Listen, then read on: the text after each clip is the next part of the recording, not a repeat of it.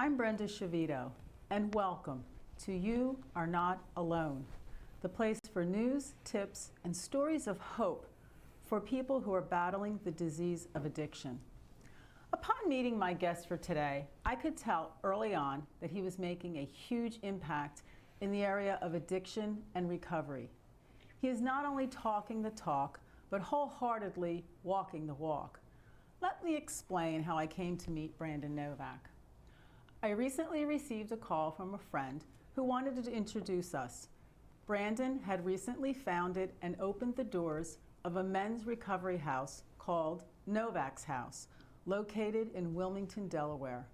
It turned out to be a worthwhile introduction. That day, we forged a partnership between Novak's House and Angels Against Addiction. We provide scholarships for those men seriously looking to continue their journey in a recovery house setting. I can tell you, he is like anyone else I have ever met, in a good way, of course. Here's a little bit of background I'd like to share with you about Brandon. Brandon was born in December 1978 and raised in Baltimore, Maryland. At the age of 7, he took to skateboarding like a duck takes to water. At the age of 15, he caught the eye of skateboard professionals Tony Hawk and Bucky Lasik. He secured a spot on the Powell Perlotta professional skateboarding team and was the youngest ever to be endorsed by Gatorade. He was at the top of his game. He also starred in the MTV episodes of Viva La Bam and Bam's Unholy Union with then star Brandon Margera. He is an alumnus of the Jackass motion picture series and a star of the legendary CKY, better known as Camp Kill Yourself. Also, with the help of Joe Franz, he is the best-selling author of the book Dream Seller, an addiction memoir. After countless attempts in numerous rehabs, today Brandon celebrates 5 years in recovery. He truly walks the path of sobriety and is totally transparent about his own addiction and how he traded fame for heroin and homelessness. Brandon now travels the country representing the Banyan Treatment Center as an addiction and recovery speaker. His most recent achievement is the release of his third book, again with the help of Joe Franz. The book is titled The Streets of Baltimore, which is flying off the shelves of Amazon as I cannot even get a copy. But Brandon has promised me one in the near future. So without further ado, I'd like to introduce Brandon Novak. Thank you so much for coming today. I'm so excited that you're here with us. Yeah, thank you for having me. I've been looking forward to this, and I'm even more excited about our newfound friendship. You know, Me too. It's invaluable to me, but not only to me, to like countless men who are coming through in the very same position that I found myself in years ago. Right. You know, which was just kind of like I had the willingness to do what it was going to take to get better. Right. But unfortunately, due to the severity of the disease of addiction from which I was diagnosed with, I kind of, my words held no more weight, let's just say. Right. You know, right. I was the boy that cried wolf a lot of times, and although I knew things were different at the end, unfortunately I burned those bridges and didn't have the resources that needed to be available in order for me to get the help that I need. Right. You know, so right. You're God sent into not only my life, but to countless men that will come through Novak's House. So happy to have this friendship with you. But let's go back a little bit. Just, you know, you talk about disease of addiction, and Yeah. we can't drive that fact home enough, that Sure. point that it is a disease. Tell me a little bit about your upbringing. I feel like I know your mom. Sure. I can't wait till I meet your mom. Yeah. But tell me a little bit about what it was like growing up in the house of Novak. You know, I had a loving family. I had two loving parents that did the best that they could with what they had to provide a solid upbringing for me. Mm-hmm. In retrospect, looking back, you know, what I didn't understand then that I understand now, my life is lived forward and learned backwards.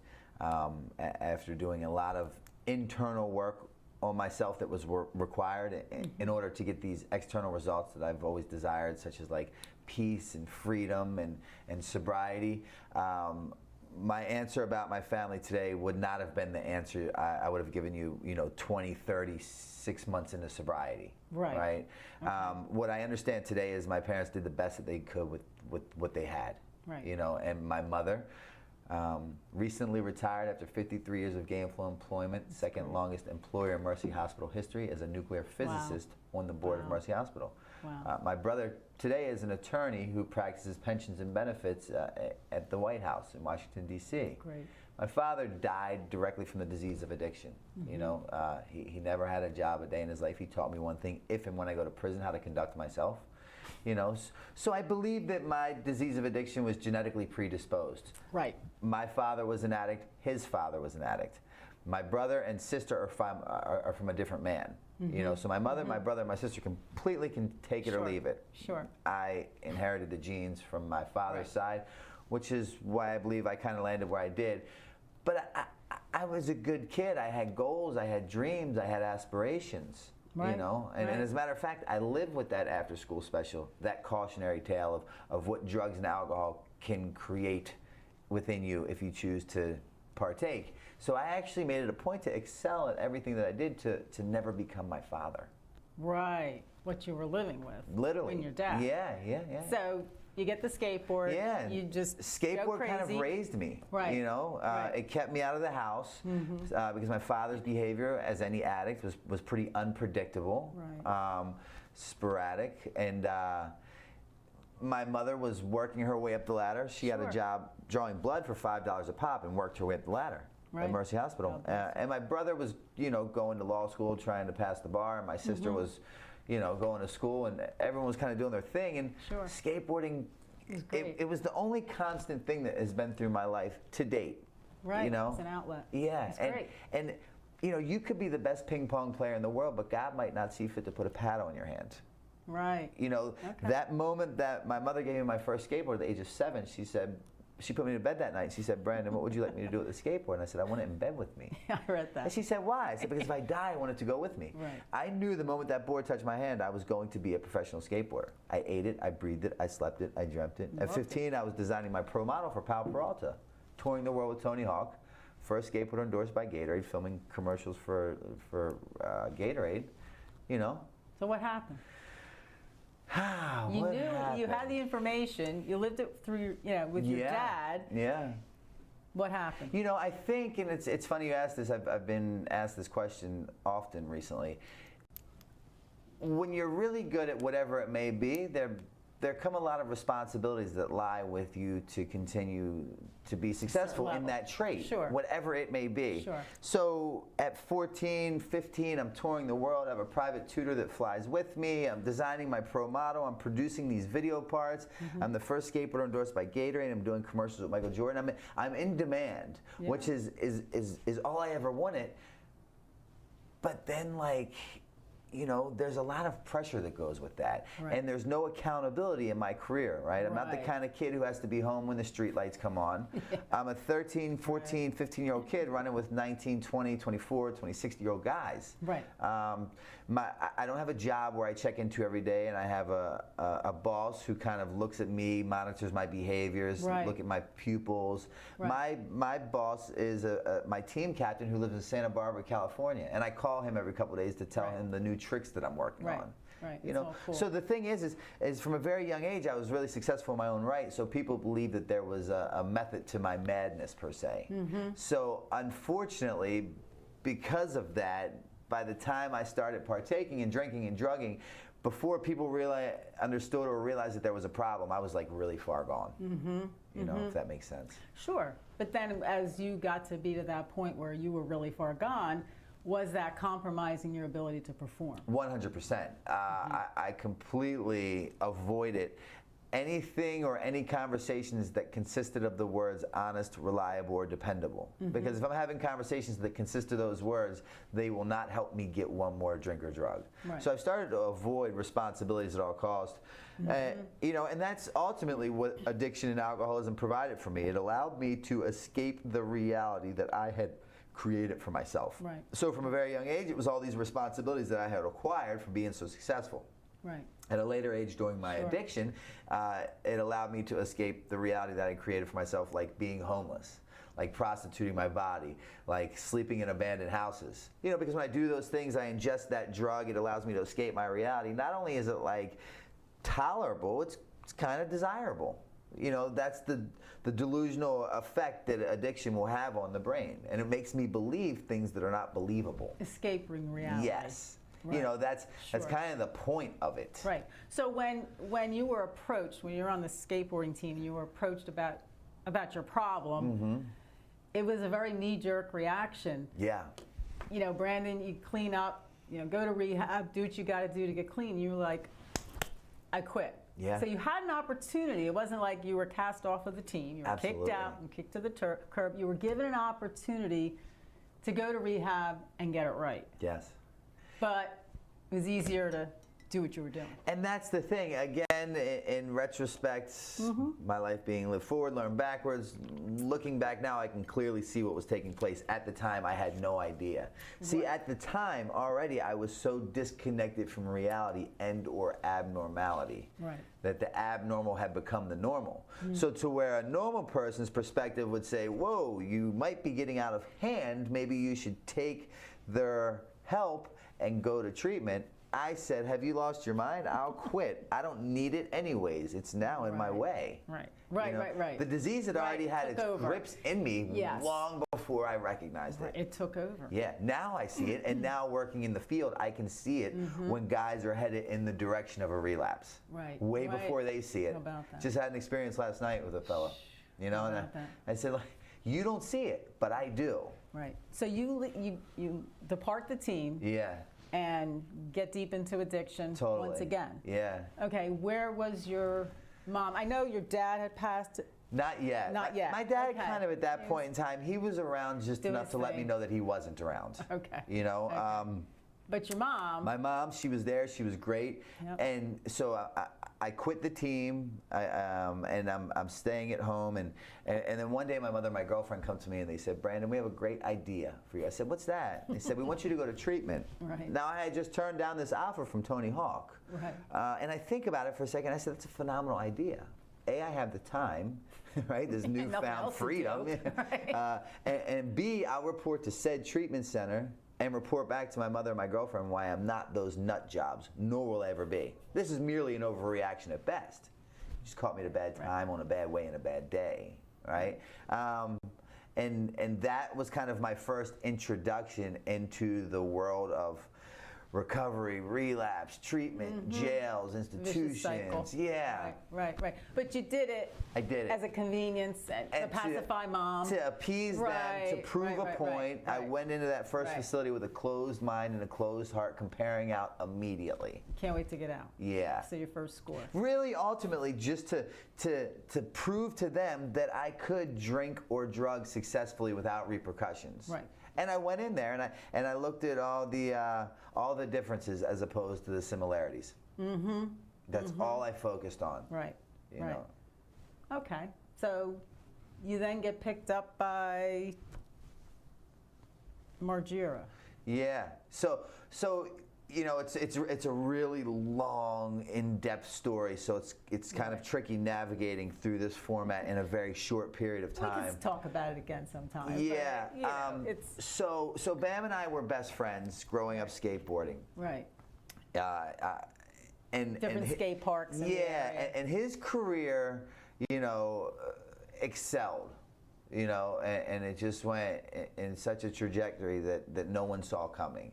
And mine went steady decline, you know.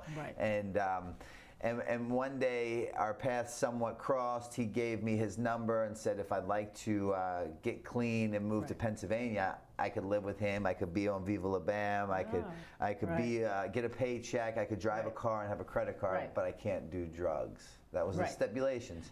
And he thought he was, I mean, from what I read in the book, he was going to help you. He had all the best intentions. He wanted to, quote, save you, fix you, and the way he Get me back approached on a you skateboard and whatever. So you moved in with him and his mom and dad. Yeah, and you know, that took a lot of attempts, right? They would bring me in and ultimately just like the people that I help on a daily basis now. I wanted the results of being a clean man, but I just wasn't willing to do what was necessary in order to achieve those results. Right. You know, and you always do what you always did, you always get what you always got. Sure. And so it was kind of a wash, rinse, repeat. I would go there, I would stay with him, I would start to do better, and then I would digress and say I have to go back to Baltimore for a pair of jeans. You know, like whatever these ridiculous lies were. And I would get lost in the city for some weeks. So he'd kick me out, I'd come back, kick me out, come back. Right. So you were playing his family like you were playing your family. Yeah. Using people, and you know, that's just again, it's par for the course. Right. It's par for the course. I didn't want to do that, but I didn't have the option to not do that. And at that point in my addiction, it's not personal. It's just business. Right. It really it's the unfortunate truth. Right. You know, I just. The disease of addiction is so complex and so dark and so morbid. You know, we both unfortunately have direct knowledge with this, you know, just from two different perspectives. The people that make it and those who don't. Yeah. And, you know, it is what it is, and we have to do what we're doing, what you're doing, which is fabulous. Yeah. Raising awareness, and really, you really go deep and into this. And I really believe this is so valuable for anybody, you know, who's struggling with addiction, you know, a family member. I mean, your book is just so intense, but it's so provocative, but it actually illustrates the intensity, like you said, of this disease. Yeah. And from the perspective of somebody who's in it and who's struggling. And how did you come to author books?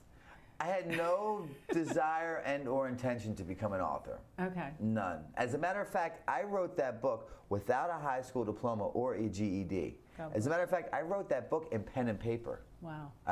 I wrote, so how it came to fruition is I'm living at Bam's house, we're filming Viva La Bam. Bam was always strangely fascinated with the positions and places that I would find myself in due to addiction. Right. So we'd be finished filming an episode of Viva La Bam, and we would, the cast and the crew would go out for dinner. Right. You know, into a bar, a pub, a table of 40 people, and he'd say, tell this story, tell that story. And I'd be telling the stories, and you could hear a pin drop. So about 3 days into this, he said, the terms of your contract have now changed. I said, what do you mean? He said, you're going to write a book.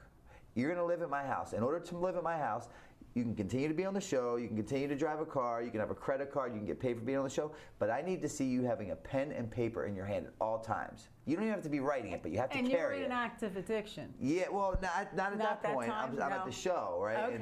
Okay. And those were the rules. Okay. And I had no idea how to write a book. Again, no high school diploma, no GED at that point. Right.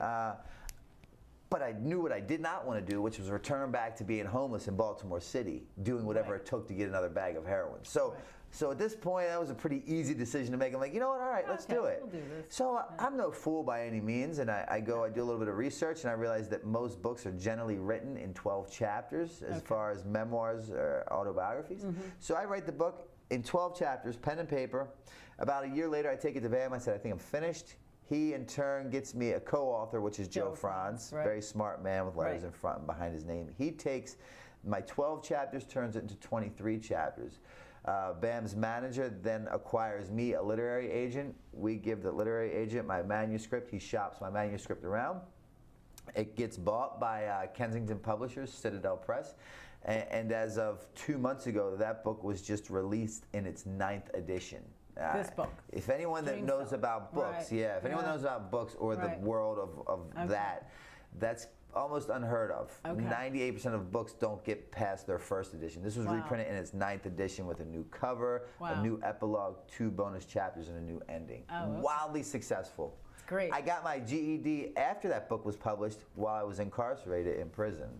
So anything is possible. You know, absolutely. Don't discount or discredit yourself or set limitations on what you believe you can achieve. There's some, you know, people have said, Brandon, like if you can get clean, then anybody can get clean. What I've learned is my mentality will create the reality for which I live in. You're talking to a guy that was deemed unhelpable and unfixable. My mother had bought me a plot. People had taken life insurance policies out on me. I ended up on life support for 7 days, 13 inpatient treatment centers, lost count of outpatients and detoxes. My mother had God sold. didn't want you. No. So now what I do is I've turned my defects into my assets, using my social media platform to be completely transparent, very vulnerable and raw, to deliver this message that you and I are here today for in a form of attraction rather than promotion. Exactly. You know, so that God willing, anyone out there that is watching, if they say, if he can do it, there's no reason why I can't. Absolutely. And when it becomes our idea, the terms of our contracts will forever change. You're absolutely But it has to be our idea. You can't tell us. No, absolutely not. I learned that. I learned that too. Right? I learned that too. So tell us, was there an aha moment that last time to go to rehab? Was there aha? Yeah. What happened? No, there was not an aha. No. But here's the reality, right? Again, everything that I know today is only because my life is lived forward and learned backwards. I had no idea that it was taking place at the time. Looking back now, walking into every one of those treatment centers, although I did not stay sober after, maybe I used directly after, maybe I used in there, maybe I had a month or two, none of those were failed attempts, because what took place was there were seeds planted in each and every one of those facilities. And ignorance is bliss. When you don't know, you're not to be held accountable, but when you know, right? So I had attempted to get sober enough times to sit through enough groups, enough lectures, enough stays in the facility to acquire some knowledge. Sure. And now that I acquired this knowledge, these seeds were planted, the pain became great enough, all these things just started aligning. You got older. Exactly. And mature. Tired. So really tired, really mature, could not deny the writing on the wall that was in my handwriting. I could no longer justify or kind of my behaviors, right? I had to take accountability for my actions, and May 25th, 2015, what I've come to realize now is that I was divinely inconvenienced in just such a manner where the God of my understanding created just a big enough gap between me and the last drink or drug that I ingested for me to have that moment of clarity, to see what my life really looked like. And I was no longer accepting it, right? Like, I had known now, because I had tried so many times, that the common denominator in my problems are me. And if I just get out of my way and stop trying to dictate the terms for which I will get better and when, things could probably get better. Paired with the fact that I'm a 38-year-old homeless heroin addict at this point who wants to kill himself on a daily basis, but I just don't want to hurt myself in the process. I'm horrible at suicide because I keep waking up and I'm in a position in life where I'm so low the curbs look like a skyscraper. So I'm like, dude, this is unacceptable behaviors on my part, and I can no longer justify or minimize them. Right. So let's do this. Right. And what was that like? 28 days? No, 90 days. 90 days. I went to the same program that I went to 4 previous attempts out of my 13 overall. Okay. And what the conversation would look like every time prior to this attempt, I would sit in the same chair with the same intake coordinator, and she'd say, okay, Mr. Novak, I'm in Westchester this time. I have Chester County Insurance, which always funds me for 90 days, right? Medicaid insurance, they call it the Cadillac of insurance. It is. It is. You know it is. 90 days. So I would go, and they'd say, okay, Mr. Novak, your insurance covers 90 days. Wow. And I'd say, in theory, 90 days sounds great, but in reality, I'm more of like a 45-day kind of fellow. I have this woman to see, this job to fulfill, this state to go to. And she would do exactly what you did. She'd laugh at me each and every time and say, sweetheart, you have no idea. Anything and everything you put in front of your recovery does not matter because you will lose it. May 25th, 2015. I was finally demoralized in just such a fashion from drugs and alcohol. I was beaten into a state of reasonableness. That actually, for the first time in my life, I was beaten speechless by my disease of addiction. And thank God, because as I alluded to, my words didn't hold any more weight. So when she gave me the same offer she had given me 4 previous times, Mr. Novak, your insurance covers 90 days, I couldn't come back with a counteroffer. All I could do was shake my head yes. Because if I said no, it entailed an explanation. I was literally beaten speechless, and thank God. Because you were more apt to listen. I was so tired. Yeah, I was willing to do whatever you suggested because I knew that my way wasn't working. No, for 24 years doing my drinking and drugging career, what it looks like when I say that my name is Brandon and I'm an addict or an alcoholic, it's very simple. It means that I'm defiant by nature, I hate authority and I'll never conform because I possess this job that consists of knowing everything. So when you kindly suggest what I should do to save my life, I kindly suggest why you should get lost because I know. Not interested. Right? Yeah, I got this. Yeah. Walking into treatment center number 13, just woke up off life support for 7 days, medevaced 4 different hospitals, 4 different states for 4 different overdoses. Despite being a pro skater, a New York Times selling author, in movies that break box office records, everything that I own, and I still have the bag, I'll show it to you one day at my house, consists of 8 scarves, 2 jackets, 3 socks, 1 stick of deodorant. It fits into this bag that doubles as my pillow, a needle, a spoon, and a restraining order where the ink was still wet that my mother had served on me to physically be removed from her home. At 38 years old, so it's like, Enough. Fast forward. Enough. We're running out of time, unfortunately. So, what's it like now? So I can sum that up in a very simple thing. Sobriety has given me everything that drugs and alcohol ever promised me. True story. Okay. If I could give a piece of what I had to any person out there that might be struggling with the disease of addiction, they'd say, what in the hell did I stay stuck on stupid so long for? It's given my mother her son back. It's given my brother his brother back. My nieces their uncle back. Is it easy?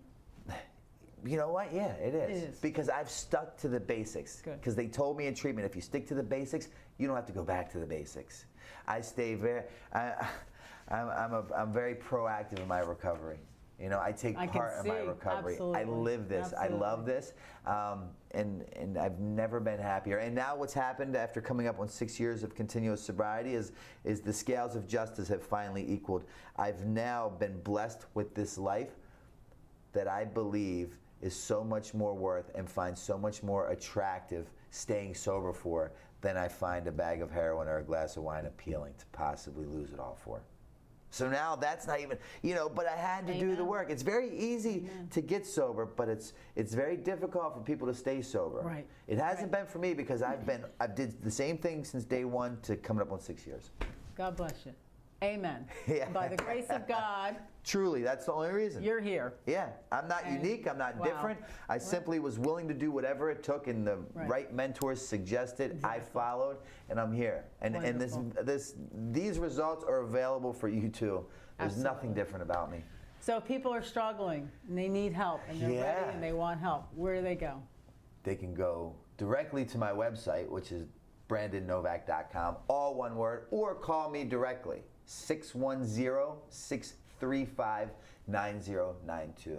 Together we can do this. By myself, I don't stand a chance. Right.